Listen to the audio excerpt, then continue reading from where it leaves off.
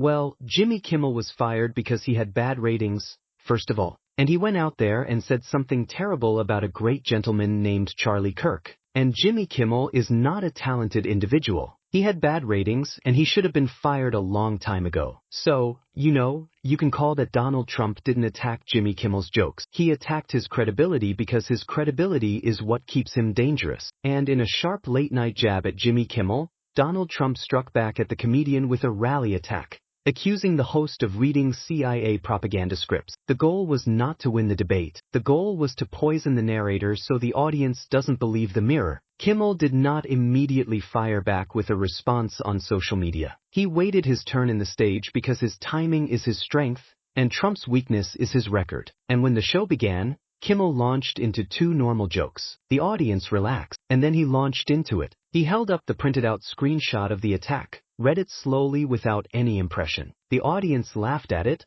but it was nervous laughter because it was not an absurd thing he was reading. It's wonderful to be here. I will tell you, this is going to be something special. It was meant to stain. This is a Republican Democrat. This is, and by the way, most Democrats agree with this, but this is just we got to bring our country back. Kimmel put the paper down as evidence and said, when a man can't beat the joke, he tries to beat the teller. He said, the reason Trump's favorite battlefield is credibility is because it's easier to attack than to answer. Kimmel then posed a simple question to the audience. If Trump knows Kimmel's lying, why doesn't he correct one thing? Kimmel clicked a button, and on the screen behind him, a grid appeared. Claim, source, verification. Kimmel said, I'm not going to ask you to believe me. I'm going to show you what we're checking. Kimmel's first claim was Trump's claim. Nobody watches Kimmel. Kimmel played a video of Trump posting about Kimmel repeatedly quoting exact lines. Under verification, the box filled itself. Watched enough to react. The audience was laughing.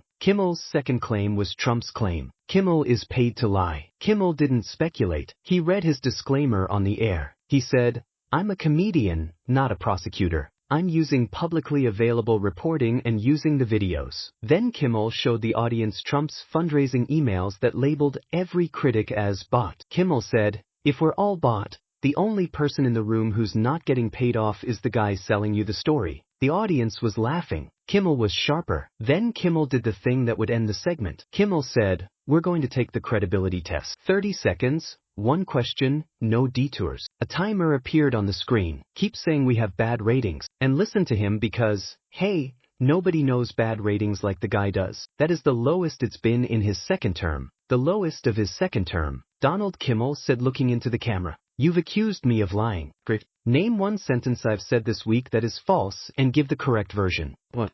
The timer started ticking in the microphone. In this dramatized television moment, the studio phone lit up. Trump was on the line. The audience gasped as Kimmel placed the call on speakerphone. Trump came on strong, ranting about fake comedians, crooked networks, and mean-spirited people. Kimmel didn't respond. He simply pointed to the timer and again asked his question, which sentence is false? Trump launched into insults. Kimmel again asked his question. Trump launched into ratings. Kimmel again asked his question. The audience began to laugh as Kimmel's dodge became apparent. Ding. Kimmel raised his hands.